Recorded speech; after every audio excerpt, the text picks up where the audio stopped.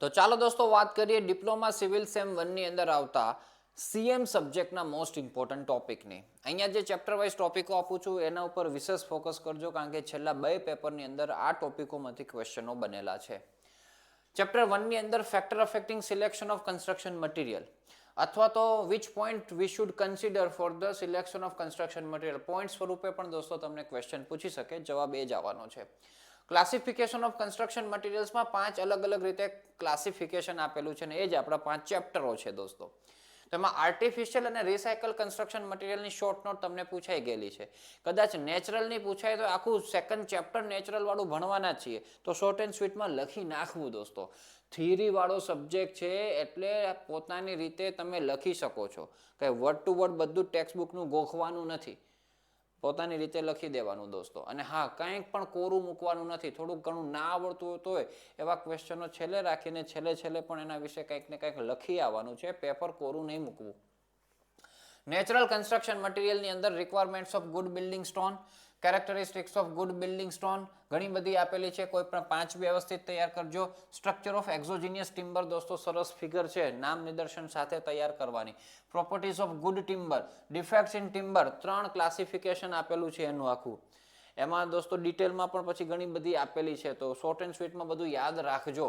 અને બધું વ્યવસ્થિત આપણે સમજાવેલું છે આપણા એપ્લિકેશન ઉપર. તમે આના વિડીયો લેક્ચર્સ પણ જોઈ શકો છો, તો વિડીયો લેક્ચર્સ જોઈને સમજીને તૈયારી કરશો તો મજા આવશે. Seasoning of timber most IMP છે, એની ડેફિનેશન, એના પર્પઝ, એની મેથડ છે 2, તો એ બધું વ્યવસ્થિત તૈયાર કરી દેજો. આસ્ફાલ્ટ, બિટ્યુમિન અને ટાર દોસ્તો એનું કમ્પેરિઝન આપણને પૂછી શકે કે એની ડેફિનેશનો પૂછી શકે, તો કમ્પેરિઝન સ્વરૂપે અને ડેફિનેશન સ્વરૂપે આવડવું જોઈએ.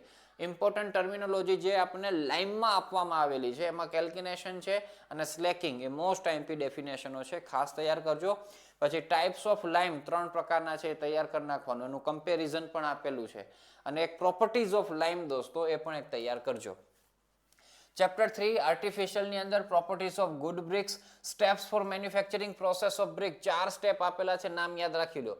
પછી બુકમાં તો એનું ડિટેલમાં એક્સપ્લેનેશન છે, એ કરવાની જરૂર નથી, બરાબર. 3-4 માર્ક્સની અંદર પૂછી નાખે. બુલ, ટ્રેન્ચ કિલન, હોફમેન 2 મોસ્ટ આઈએમપી છે, હોફમેન તો વિશેષ આઈએમપી છે, પણ બંને તૈયાર કરી દેવાની વિથ સ્કેચ. ક્લેમ્પ અને કિલન બર્નિંગનો ડિફરન્સ, બ્રિક મેન્યુફેક્ચરિંગનો flow diagram most IMP, the most IMP. એવી જ રીતના સિમેન્ટ મેન્યુફેક્ચરિંગ પ્રોસેસની 2 પ્રોસેસ, વેટ અને ડ્રાય, એના પણ ફ્લો ડાયાગ્રામ મોસ્ટ આઈએમપી. અને પછી એક્સપ્લેનેશન કદાચ પૂછે તો એ ફ્લો ડાયાગ્રામમાં જે લખીએ છીએ એ જ એક્સપ્લેન કરવાનું છે. પછી ટાઈપ્સ ઓફ સિમેન્ટ ઘણા બધા આપેલા છે, કોઈ પણ 6 વ્યવસ્થિત તૈયાર કરો, નામ યાદ રાખી લો 6 ના, અને એમાંથી 3 દોસ્તો ડિટેલમાં તૈયાર કરી દેવાય. ટિમ્બર પ્રોડક્ટ છે, એના નામ બધા યાદ રાખો. પ્લાયવુડ ડિટેલમાં તૈયાર કરજો, અને પ્રોપર્ટીઝ ઓફ ગ્લાસ તૈયાર કરો. ચેપ્ટર 4 ની આપણે વાત કરીએ સ્પેશિયલ કન્સ્ટ્રક્શન મટીરિયલ. સ્પેશિયલ ઉપરથી યાદ આવ્યું દોસ્તો, આપણે જ્યારે સેમેસ્ટર શરૂ થતા હોય છે ને ત્યારથી જ આપણે લાઈવ ક્લાસીસ શરૂ થઈ જતા હોય છે. અત્યારે જે તમે એક્ઝામ ટાઈમે મેં ફ્રી વિડીયો લેક્ચર્સ કર્યા છે અને તમે જે જુઓ છો એ વિડીયો લેક્ચર્સ અમે સેમ શરૂ થયું ત્યારથી ચાલુ છે કામકાજ. એટલે જે વિદ્યાર્થીઓ પહેલેથી જોઈન થઈ ગયા છે અને પહેલેથી વિડીયો લેક્ચર્સ પ્રમાણે તૈયારીઓ કરે છે, તો ખૂબ સારા કોન્ફિડન્સથી એક્ઝામ બધા આપી રહ્યા છે. અને તમને બધાને દોસ્તો અનુભવ થતો હશે અને અંતરાત્મામાંથી અવાજ આવતો હશે કે જો આપણે પહેલેથી તૈયારી કરી હોત તો ખૂબ સારી તૈયારી કરી શક્યા હોત. અને બીજી વસ્તુ કે આવતા સેમેસ્ટરમાં તો પહેલેથી તૈયારી કરવી છે, એવું તમારા અંતરાત્મામાં અવાજ આવતો હશે. તો એ પહેલેથી તૈયારી કરવા માટે આપણે પહેલેથી જ સેમ શરૂ થશે ત્યારથી જ લાઈવ ક્લાસ શરૂ કરતા હોઈએ છીએ. હા, એની ફીસ હોય છે, બધું કંઈ ફ્રી નથી હોતું.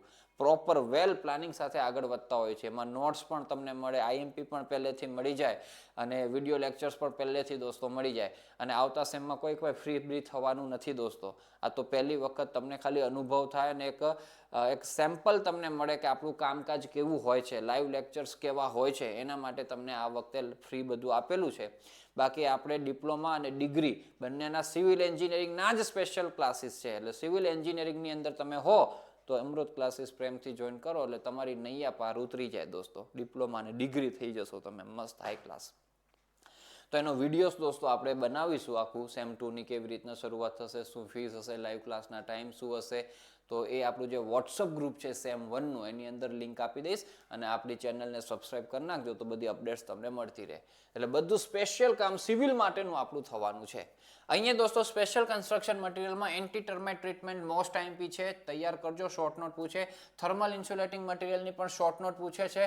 સાઉન્ડ ઇન્સ્યુલેટિંગ મટીરિયલ્સમાં કેરેક્ટરિસ્ટિક્સ તમને દોસ્તો પૂછેલી હતી, તો એ ખાસ તૈયાર કરજો ને શોર્ટમાં વાંચી લેવાનું એક વખત.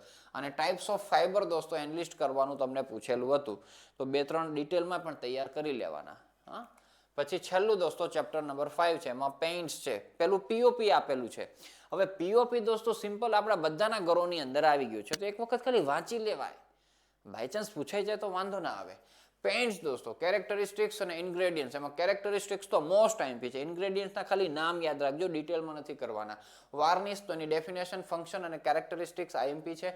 ઇન્ડસ્ટ્રીયલ વેસ્ટ મટીરિયલ, એગ્રો અને સ્પેશિયલ, એમાં હવે જુઓ તમે ઇન્ડસ્ટ્રીયલની અંદર ફ્લાયસ અને blast furnace slag 2 short note પૂછે, 3-4 માર્ક્સની, તો એટલું લખાણ આવવું જોઈએ. અમુક વધારાની ફાલતુ માહિતી બધું કટ કરી શકાય. એગ્રો વેસ્ટ મટીરિયલ્સમાં રાઈસ હસ્ક અને બેગેસ દોસ્તો આપણે કરવાનું છે. અને સ્પેશિયલ પ્રોસેસ્ડ કન્સ્ટ્રક્શન મટીરિયલમાં ઘણા બધા આપેલા છે 4-5, એમાંથી જીઓસિન્થેટિક્સ મોસ્ટ આઈએમપી છે દોસ્તો, એ ખાસ તૈયાર કરજો. બરાબર, તો આવી રીતના દોસ્તો આ કામકાજ છે આઈએમપીનું. આપણા લેક્ચર્સ અવેલેબલ છે હમણાં, તમને એઝ અ સેમ્પલ તમે જોઈ શકો છો બધા. અને સેમ 2 ની અંદર પણ મોસ્ટ વેલકમ દોસ્તો, પહેલેથી આપણે તૈયારીઓ કરશું. ઓલ ધ બેસ્ટ, અને ખૂબ સારા માર્ક્સે પાસ થાવ એવી શુભેચ્છાઓ. Thank you so much.